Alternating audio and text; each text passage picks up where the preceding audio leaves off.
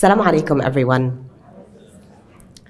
So alhamdulillah, I love, coming into these rooms, and you never can tell, is there going to be like one person in attendance? Is it going to be several people? But I see that in this room, there are a lot of people who are here because this is a topic that's so important to us, whether we are parents, whether we are youth, whether we are educators, whether we are community leaders, better understanding what it is that our youth, the younger generation, and generations to come even, are facing in terms of Islamophobia is so critical and so important so that we can better understand how to tackle it, how to help guide those who are struggling under the burden of Islamophobia, how to get through it. Now, this is not going to be, a political analysis or a discussion of policy and how we can change, governmental views in terms of Islamophobia. But instead, I really want to focus on understanding the impact of Islamophobia. What does it look like for our youth and what we can do about it? But before we dive into that, I think it's important to better understand the statistics and recognize what is going on. Some of you may be familiar with the amazing work that the Institute of Social Policy and Understanding does, the organization that's led by Dr. Dalia Mujahid, yeah. And, the work that they do is very groundbreaking because they look into the research in topics such as Islamophobia and getting the pulse of our youth, getting the pulse of our Muslim community. And there's a few studies that were released, research that was done on this topic that I want to share with you to contextualize what we're talking about. So a few years ago, a study was done by the ISPU that looked at the media over the past 25 years. And they found that 90% of media coverage related to Islam or Muslims is negative. They found that the New York Times portrays Islam more negatively than both cancer and cocaine. Okay? And if we don't think that matters, then we don't realize the impact and the influence that the subversive nature of the media that we consume can have on our psyche and the way that we view the world around us and the way that we view ourselves. Many of you may be familiar with a study that was conducted many, many years ago where several children, Black children, African-American children, were given a choice between dolls, whether they wanted to choose the doll that had white skin and blue eyes or the doll that had black skin and dark eyes. And they were asked to decide which they thought was more beautiful.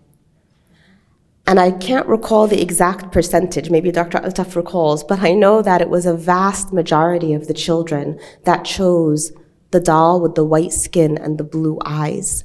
Because the internalization of what Dr. Cornel West had once called the nihilistic threat, the idea that we'd begin to develop a self-hatred of who we are based on the way that the media views us, based on the way that culture tells us we should look or we should be.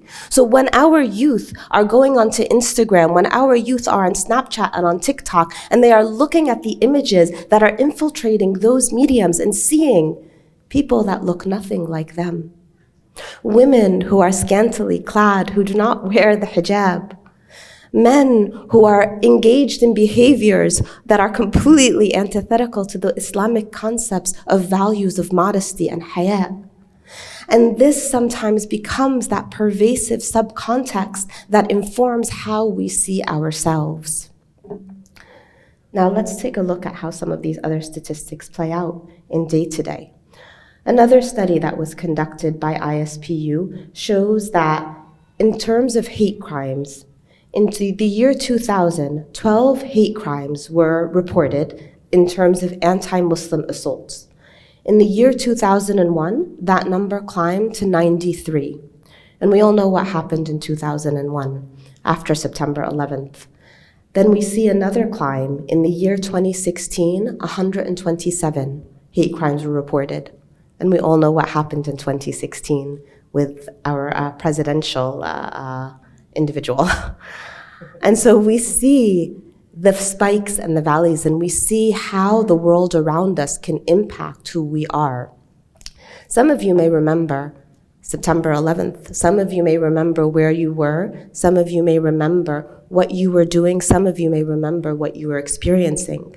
for many of our children who were born after 2001, who are now in their teenage and young adult years, they may not have ever known what the world was like before September 11th.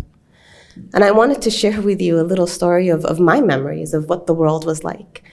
Prior to September 11th, I guess about 9 months before, I actually had September 11th, 2001 circled on my calendar with big red pen. And I had smiley faces all around it. Not because I could ever anticipate what was going to happen, but that was actually my due date for my oldest daughter. She was supposed to be born on September 11th, 2001. That was also the date of my book launch for my first book called The BFF Sisters, which was a book about young Muslim girls growing up in the US. So subhanAllah, during that period of time that year, I was actually working at Standard & Poor's, which is a financial reporting organization right outside of the World Trade Center. And every day I would take the train, I would walk through the World Trade Center, and I would head to my office. And subhanAllah, my daughter, Aya, who's almost 21 now, she was born a little bit early, so I wound up taking my maternity leave earlier than expected. She was born at the end of August instead of September. And I remember, September 11th, I was holding Aya in my arms, and my husband said, turn on the TV, look at what's happening on TV. And I remember thinking, seriously, he wants me to watch another Seinfeld episode, or, there's probably something with Friends that he wants me to catch. But I turned on the TV. And I couldn't understand why the building that I had worked in for so long was on the news, why there was smoke billowing around it, why the towers that were so familiar to me were crumbling. And I remember watching it thinking, subhanAllah, this must be an accident. Somebody flew off the grid, the plane crashed. And I kept wondering. There was a gentleman who worked at the Sbarro's, the pizza place at the World Trade Center, an Egyptian man who every time I would pass by, he would call out to me, "Assalamu alaikum," and offer me a free slice of pizza. And I remember sitting there that day and thinking, is Muhammad okay? Did he make it out all right? And yet, subhanAllah, little did I know that our lives would completely change following September 11th, 2001. Not because it was my due date, not because it was the day of my book launch, but because it was the day in which America turned to Muslims as the enemy. It was the day in which America decided to point a finger and scapegoat at Muslims, Muslim Americans who had lived and breathed and worked and dreamt and built lives in this country. When America turned to those Muslim Americans and said, you are the outsiders, you don't belong. And since that time, the narrative has strengthened rather than weakened in so many different circles. And we know that the onslaught of 2016, the denigration of immigrants, the put-downs towards Muslim Americans by our own leadership in the American government, we know how that has impacted the landscape and how it has changed the way that the world looks at Muslims again. And yet our youth, subhanAllah, are resilient, because in the face of this hatred, in the face of this pain, our youth have stood up and have arisen to the occasion so many times to show what our deen is about, to lead with their faith. But many have also struggled. And many have also faced anxiety and depression and fears linked to the backlash and the outpouring of hatred and put-downs that they have seen.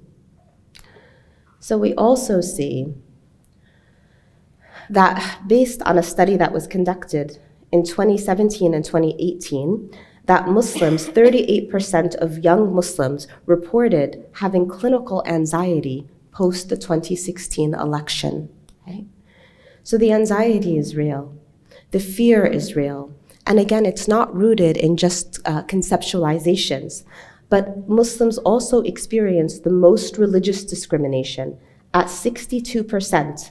In a study that was conducted in 2019, 62% of young Muslims identified having been the target of some form of religious discrimination based solely on the fact that they identify as Muslims. This goes even further, where we see that a study conducted also by ISPU showed that 42% of Muslim youth in public schools between grades K through 12, 42% experienced some type of bullying based on their religious identification. And what's even more heartbreaking is that 1 in 4 of those Muslim bullying incidents involved a teacher. 1 in 4 of the Muslim bullying incidents that our children face in public school K through 12 involve a teacher.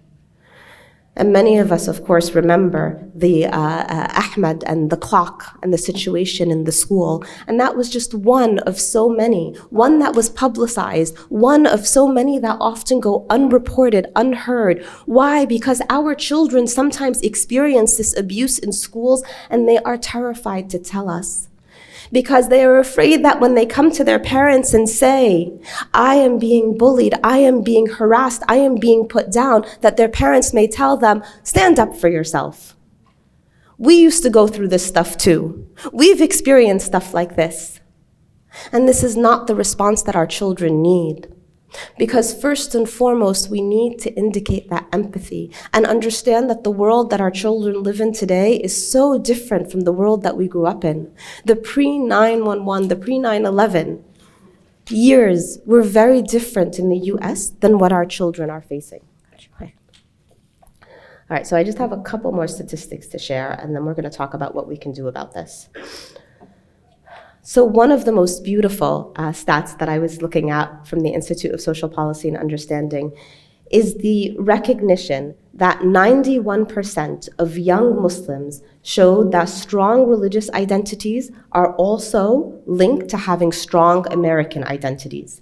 Meaning, the strength of conviction, the more confident Muslim youth are in their faith, the more likely they are to be confident in their Americanness, in their feeling of connection and belonging. So it's not a paradox, it's not an oxymoron that if someone is Muslim, then they can't be American, but quite the opposite, that our Islam, our faith, our values, our morals, the guidance that our deen gives us makes us better American citizens than if we did not hold on to our faith. And this is the message that we need to continue to encourage our children to understand and to recognize. Because the media, because the government, because their friends, because those who surround them may be telling them the opposite. And they need to hear it from us that that's not the case. And the final, my favorite statistic actually that I saw by ISPU is that Muslims, young Muslims, are among the most likely to say that their faith is a source of happiness. 85% of young Muslims that were polled when they were asked about their source of happiness said that it was their faith.